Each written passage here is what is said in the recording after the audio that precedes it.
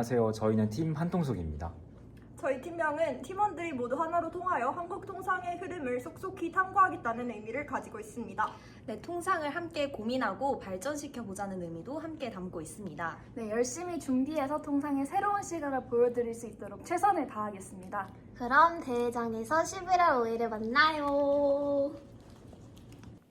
네, 찬성 측 입론 시작하겠습니다. 우선 저희 찬성 측이 정의하는 맞대응이란 미국의 일방적 보호무역 조치에 대하여 본국의 협상력을 제고해 실질적 국익을 확보하기 위해 합리적인 국가들이 취하는 전략적 그리고 제도적 행위임을 밝히며 입론 시작하겠습니다. 다음과 같은 이유로 미국의 일방적 보호무역주의에 대한 맞대응을 찬성하는 바입니다. 첫째, 맞대응은 미국의 일방적 보호무역 정책에 대한 경제 주권을 지키기 위해 필수 조건으로 작용합니다. 미중 전략 경쟁이 개시됨에 따라 자국 우선주의와 보호주의의 확산은 반응적 성격의 경제안보 전략에 그치지 않고 자국의 이익 증대에 초점을 맞춘 적극적이고 선제적인 경제안보 전략으로 전환될 필요가 있음을 시사합니다. 둘째, 한미 관세 협상에서의 추가적인 레버리지를 확보할 필요가 있습니다. 현재 한미 관세 협상의 3,500억 달러 전액 현금 대미 투자 요구는 상호 이익을 전제한 협상이라고 보기가 어렵습니다. 즉 단독 협상만으로는 한미 관세 협상의 구조적 제약을 벗어나기 힘들다는 것을 보여줍니다. 턴베리 체제로 전환됨에 따라 미국은 양자 협상 구도로 동일 산업군 경쟁국들을 경쟁시켜 각국이 불평등한 조약을 수용하도록 하는 전략을 취하고 있습니다. 따라서 맞대응은 턴베리 체제의 구조적 한계를 벗어나 추가적인 협상 레버리지 확보를 위한 필수적인 조건입니다. 마지막으로 편승이 아닌 구조적 맞대응이 병행되었을 때 국익 중심의 실용 외교가 가능합니다. 그 해법으로 저희 찬성 측은 중견국 간 협력을 표방한 우대 무역 협정 체결을 통해 미국의 수출 시장에 충격을 가할 것을 제시합니다. 가령 믹타의 협력 구조 내에서 식량과 같은 각국의 주요 산업 품목에 대한 우선 수입 체제를 형성합니다. 이는 미국의 농산물 수출 시장의 점유율을 낮춤으로써 트럼프 행정부의 핵심 지지 기반인 미 판벨트에 직접적 비용을 부과할 수 있습니다. 미국은 현재 중국의 이상으로 입론 마치겠습니다. 반대측 입론 시작합니다. 대미 의존도가 19%에 달하는 한국은 미국의 일방적 보호무역으로 인해 치명적 손해를 입고 있습니다. 심지어 관세 협상 타결이 미뤄지면서 최근 작년 대비 일평균 대미 수출이 43% 이상 감소하는 등 협상 타결의 시급성은 갈수록 커지고 있습니다. 협상 지연을 빚는 맞대응은 막대한 손실과 장기적 파트너십 붕괴를 낳는 비현실적이고 감정적인 통상 정책입니다. 먼저 한국 통상 정책의 근본적 지향점을 먼저 말씀드리겠습니다. 대한민국 헌법 제119조에 따르면 국가는 균형 있는 국민 경제의 안정을 위한 최선의 조치를 할 것을, 한미 협정에서도 국민 경제의 진흥을 가장 중요한 축으로 볼 것을 강조하고 있습니다. 이처럼 한국의 통상 정책은 그 무엇보다도 국익을 최우선으로 해야만 하는 상황에서 대한민국 수출의 주요 고객이자 대북 국방력의 든든한 기둥인 미국에 대한 맞대응은 비합리적입니다. 저희는 다음 세 가지 근거를 기반으로 맞대응은 국익을 훼손하는 자충수임을 주장합니다. 첫째, 한국은 수출 의존형 국가로 미국 의존도가 높으므로 맞대응은 비현실적입니다. 둘째, 맞대응은 경제적 타격을 더욱 심화합니다. 셋째, 맞대응하지 않아도 미국과 합리적인 협상이 가능합니다. 한국은 작금의 위기를 공급망 다변화와 피해기업 지원으로 버텨내고 있습니다. 실제로 지난 5월 중소기업의 미국발 관세 대응을 돕기 위해 편성한 지원금이 반년도 안 되는 시점에 81% 이상 소진됐습니다. 이렇게 간신히 미국의 일방적 보호무역의 피해를 최소화하고 있는 지금 맞대응으로 협상 기회를 물거품으로 만들고 추가 보복을 받는다면 지금보다 더 큰 국고의 손실과 기업의 곡소리를 마주하게 될 수밖에 없습니다.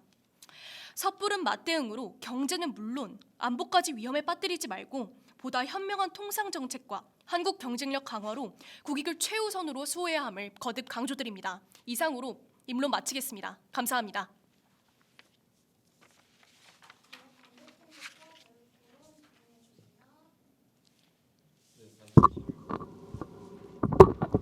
첫 발언 시작하겠습니다.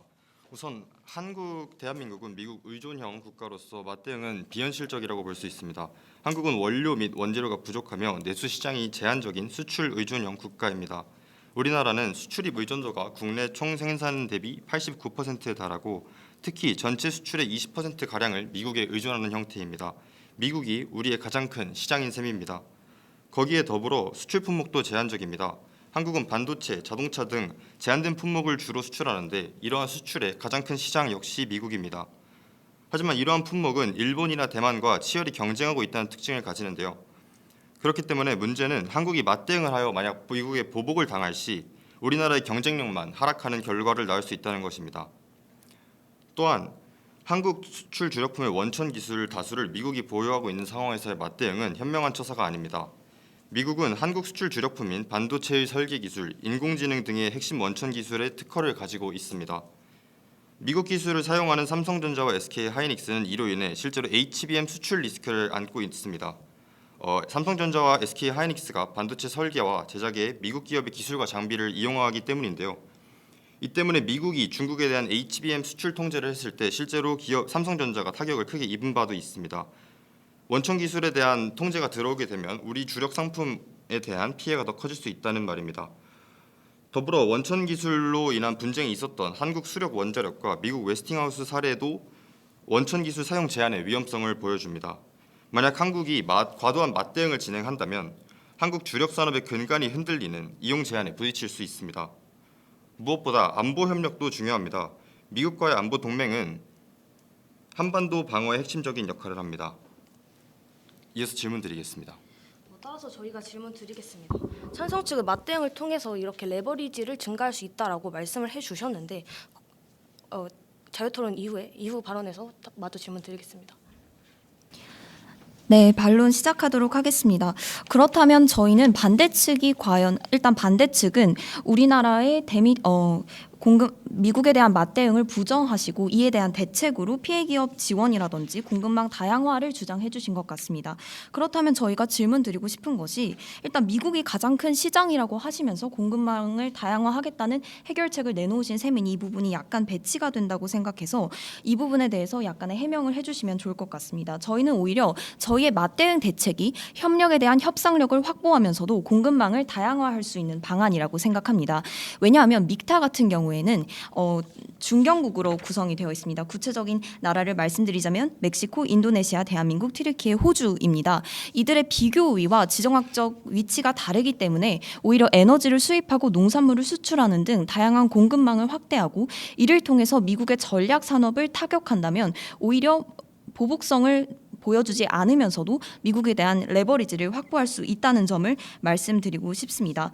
아울러 저희가 다시 한번 또 말씀을 드리고 싶은 것이 이러한 보호무역이라는 패러다임이 확대가 되면서 다른 나라 역시 이러한 태도를 견지하고 있다는 점입니다. 가령 가장 최근 EU가 철강관세 50%를 부과한 바 있습니다. 그렇다면 이것이 반대측에서 주장하시는 공급망 다양화에 대한 변수로 작용할 수도 있겠습니다. 그런데 이 EU가 공급망 철강관세 50%를 부과한 이유는 대미 협상 과정에서 레버리지를 확보하기 위한 분석이라는 주장이 존재합니다. 즉 미국에게 포기할 수 없는 국가로 보이는 것이 실제로 협상에 가서 맞대응이라는 수단으로서 효과를 보인다는 점 저희는 다시 한번 강조드리도록 하겠습니다. 따라서 저희가 반대측에게 가장 여쭤보고 싶은 점은 그래서 구체적인 대안 그리고 현재 만약에 구체적인 대안이 실존한다면 이에 대해서 답변해 주시고 아울러 현재 마스가를 그렇다면 긍정하시는 건지 그 부분 소명 부탁드립니다. 먼저 답변 드리겠습니다. 저희가 공급망 다변화를 주장하는 것이 모순이라고 지적해 주신 것 같은데요. 그 점은 아니라는 점 먼저 말씀드리고 싶습니다. 현재는 저희가 미국에 대한 수출 의존도가 높기 때문에 이것이 불가능하지만 그리고 장기적으로 이러한 보호무역에 대응을 하기 위해서는 공급망 다변화가 필요하다고 말씀을 드리는 것입니다. 이런 공급망 다변화와 더불어서 저희도 찬성 측이 부당하다고 제시해 주신 3,500억 달러를 그냥 주자는 것이 아닙니다. 저희도 협상 카드를 제시함으로써 보호무역의 피해를 최소한으로 줄여야 한다고 생각합니다. 예를 들어 앞서 질문을 주셨던 마스가도 저희는 동의를 하는 바인데요. 우리나라의 핵심 산업이자 미국에게도 반드시 협력이 필요한 산업을 중심으로 협상 카드를 준비해서 협상 테이블에서 적극적으로 활용할 수 있다고 생각합니다. 마스가도 그 일부의 예가 될 수 있을 것 같은데요. 미국이 쇠락한 조선 산업에 대해서 부응하겠다는 의지를 표명한 바 한국은 자본과 기술을 대규모로 투자해서 관세를 인하하는 등 유리한 협상을 이끌어내는 전례가 있습니다. 이런 전례를 통해서 협상을 충분히 진행할 수 있다는 현실 가능성을 말씀드립니다. 네, 이어서 조금 더 말씀을 드리고 싶은데요. 우선 계속해서 저희의 현실성에 대해서 말씀을 해주고 계시지만 막상 찬성 측에 대해서도 현실성이 좀 부족하다라고 생각이 듭니다. 앞서 말씀드렸듯이 저희의 대미 의존도는 19%에 달합니다. 또한 미국은 계속해서 만약 저희가 그에 대해서 보복을 하면 이에 대해서 트럼프가 비관세 장벽 등 규제나 별도의 세금을 부과하는 국가에 보복 관세를 시행할 것이라고 계속해서 경고한 바 있습니다. 따라서 저희가 만약 맞대응을 한다면 미국의 보복이 기정사실화되어 있는 상황에서 맞대응은 더 큰 피해를 부를 뿐입니다. 예를 들어 캐나다가 미국 빅테크 기업에 디지털세를 부과하는 등 완강하게 맞대응을 하자 미국은 기존 관세에서 더 높은 35%의 관세를 부과하는 등 적극적으로 보복을 한 바 있는데요. 그렇다면 찬성 측께서는 이러한 보복에 대해서 어떻게 실질적으로 대응할 수 있는지 답변 부탁드립니다. 네, 찬성 측 발언 이어가겠습니다. 네, 아까 반대 측에서 전략산업협력을 통한 관세협상 레버리지를 확보할 수 있다라고 말씀을 해주셨습니다. 자, 그런데 미국이 요구하는 협력이라는 것이 정말로 협력인지는 저희가 살펴봐야 합니다. 대표적으로 말씀해주신 조선업협력 같은 경우에는 미국 조선소가 한국의 설계, 엔지니어링만 받아가고 건조권이나 발주권은 전부 다 미국 내에 한정된 것으로 알고 있습니다. 그리고 미국 내 기준 법 역시 동맹국과의 조선업협력에 깊숙하게 밀착되는 것을 상당히 막고 있고요. 이 때문에 한국 기업 같은 경우에는 사실상 기술과 노하우만 제공하고 수익에서는 배제된 것으로 알고 있습니다. 조선업 외에도 기타 산업 등등에서도 미국이 요구하는 협력은 겉보기에만 협력이지 사실상 우리가 기술을 무상으로 제공하는 것에 불과합니다. 자, 그렇기 때문에 협력은 양자가 서로 이득을 가져야만 협력으로 얘기할 수 있고 우리가 무상으로 기술을 제공하는 협력이라는 것은 사실상 협력으로 보기 어렵다는 점을 말씀드리고요. 때문에 협상에서도 충분한 레버리지를 발생할 수 없다는 점 말씀드리겠습니다. 네, 그리고 보복성에 대한 답변을 드리도록 하겠습니다. 믹타라는 것이 기본적으로 협력을 전제하고 있습니다. 따라서 미국의 시장을 타격하지 않는 전략 산업을 수출하는 국가도 이 믹타에 포함이 될 수가 있겠습니다. 그렇다면 이 국가들 사이의 교류가 활성화되고 이해관계가 복잡해질수록 미국에게 이러한 보복을 전체 국가에게 공동으로 보복을 대하는 것이 굉장히 부담스러운 선택지가 될 것 같아 보입니다. 물론 많은 국가가 최대한 많이 미국에 타격이 생기는 산업에 한해서 우선 수입이라는 체제를 적용하면 좋겠지만 그렇지 않더라도 그렇지 않은 국가들 역시 미국에 대한 보복을 완화하는 효과를 누릴 수 있다는 점을 짚어드리고 싶습니다. 네, 추가적으로 첨언하겠습니다.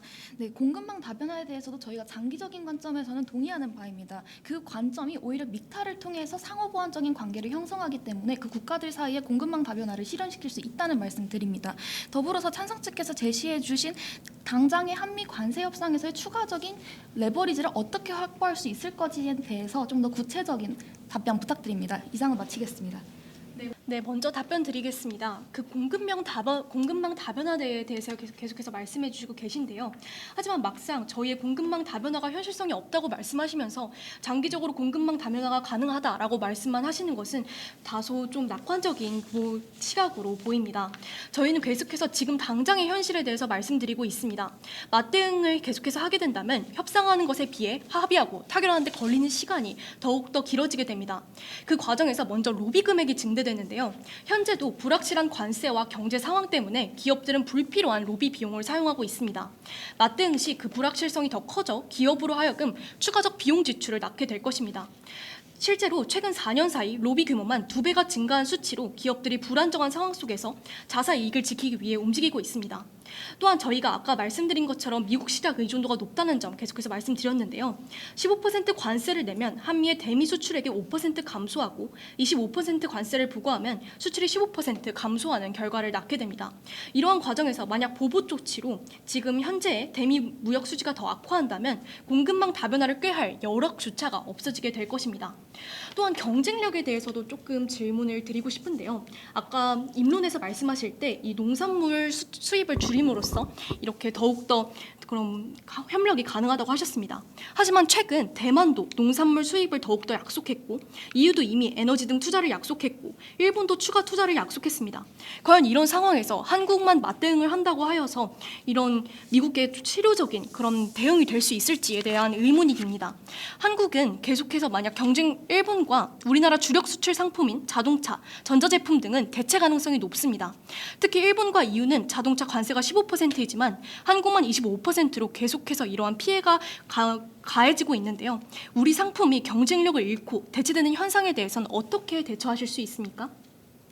네, 먼저 답변을 드리도록 하겠습니다. 저희가 계속해서 공급망 다변화를 말씀드렸던 이유는 반대 측에서 그 공급망 다변화를 할 구체적인 방안을 제시해주지 않으셨기 때문입니다. 현재 미국발 보호무역 조치로 인해 전 세계가 시장을 걸어 잠그고 있습니다. 이 상황에서 마냥 공급망 다변화를 하겠다 이렇게 이야기하는 것은 구체적인 대안이 없다면 굉장히 이상적인 이야기에 불과할 뿐이라는 점을 짚어드린 셈입니다. 아울러 좀 말씀드리고 싶은 것이 교착 상태에 대한 비용이 초래될 수 있다라고 말씀을 해주셨습니다.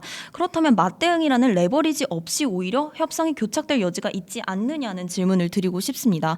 현 상황에서 현재 한미 관세 협상이 타결되지 않고 있지 않습니까? 그 이유는 저희가 레버리지가 부족해서라고 판단했습니다. 가령 일본이나 EU 같은 경우에 대미 투자 펀드 내지는 대미 관세 협상이 빠르게 체결된 이유가 이들의 대미 투자 비중이 매우 높기 때문입니다. 일본 같은 경우에는 연 7,541억 달러, 그리고 한국 같은 경우에는 782억 달러입니다. 이런 대미 투자 레버리지에서 차이가 난다면 오히려 이 레버리지를 강화할 수 있는 다른 시장으로 눈을 돌려서 미국에게 맞대응을 하는 것이 오히려 현실적인 방안이 아닌가 하는 점 짚어드립니다.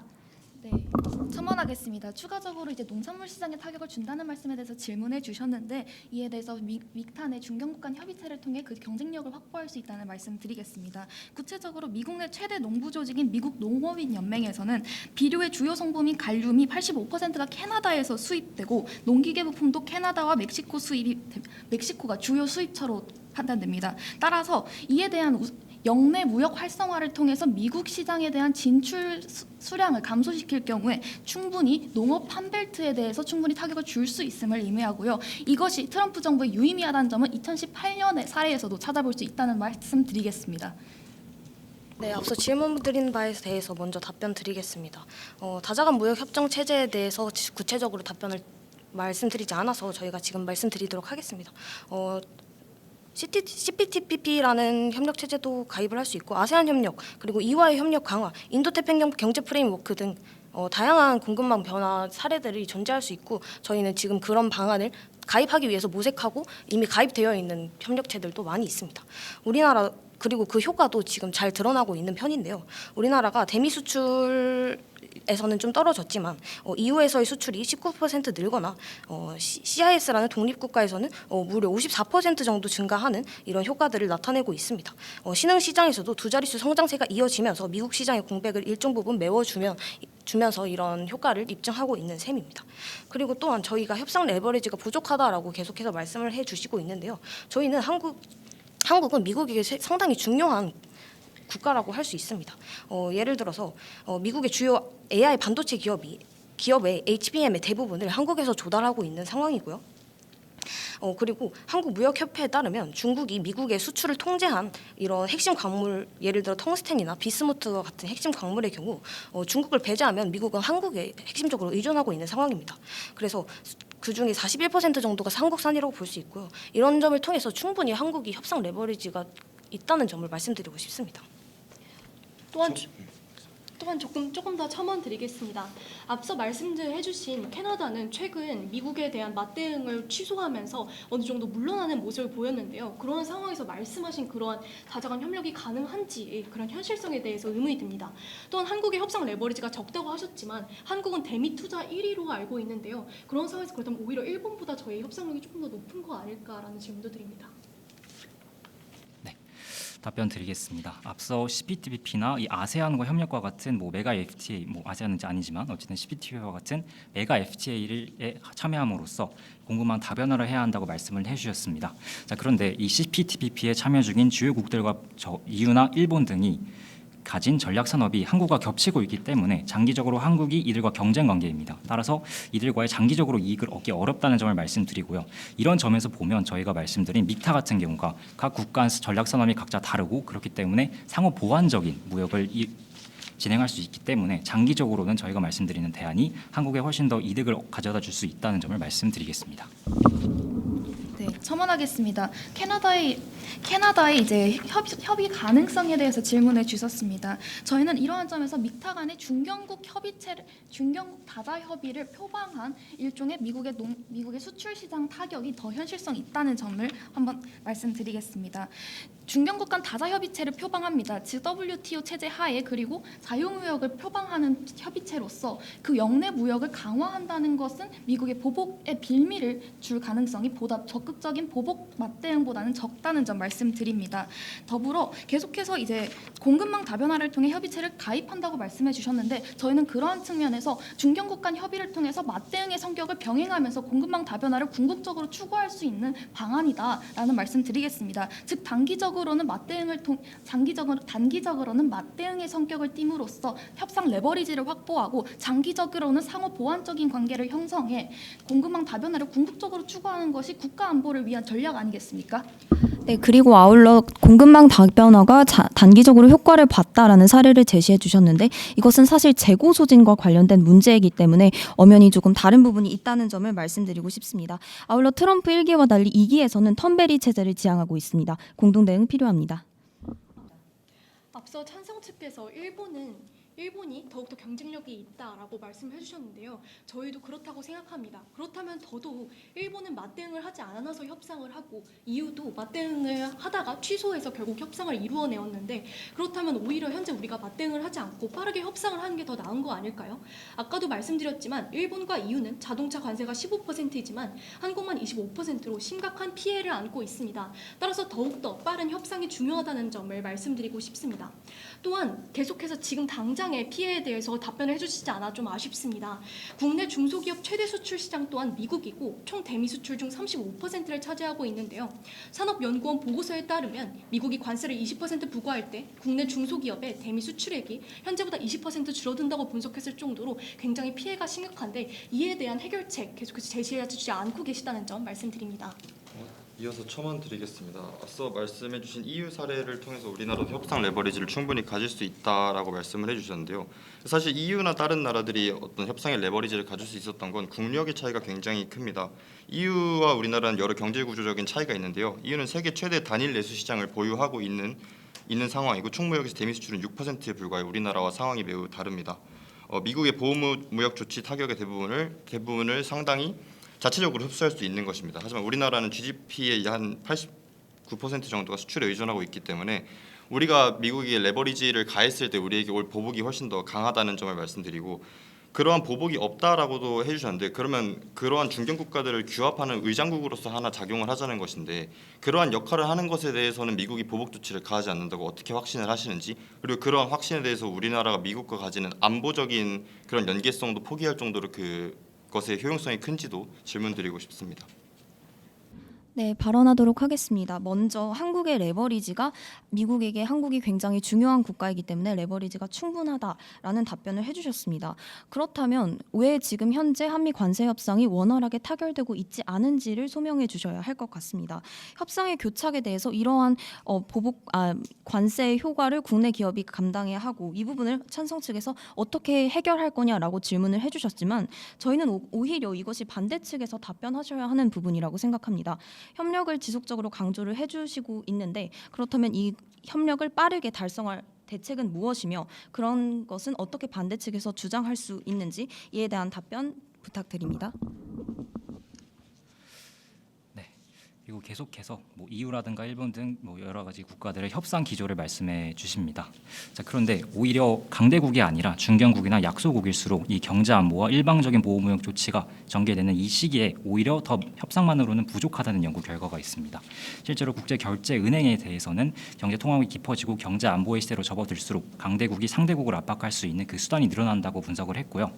따라서 무역과 안보가 결합하는 순간 이 협상만으로는 부족하다는 점입니다. 따라서 오히려 중견국과 약소국일수록 맞대응을 함께 병행하는 것이 더 유효하다는 점을 말씀드리겠습니다. 네, 그리고 단기적으로 관세 부과에 대해서 어떻게 이제 보완할 수 있을 것이냐에 대해서 말씀해 주셨는데 저희는 말씀드렸듯이 믹탄의 우선 투입 체대 그리고 우선 수출 체대를 활용해서 그 수출 시장을 보다 다각화함으로써 일단 1차적인 충격을 완화할 수 있다는 말씀 드리겠고요. 반대 측에서 계속해서 지적해 주시고 있는 그 문제가 반대 역시 지니고 있는 문제라는 점 말씀드리겠습니다. 대미 투자 협상이 현재 안으로 진행될 경우 3,500억 달러의 전액 현금 지분 투자 방식으로 진행을 요구를 하고 있습니다. 그러한 방면에서 그러한 외환 보유계의 문제에 대해서 말씀드립니다. 마치겠습니다. 네, 반대팀 매주말 시작하도록 하겠습니다.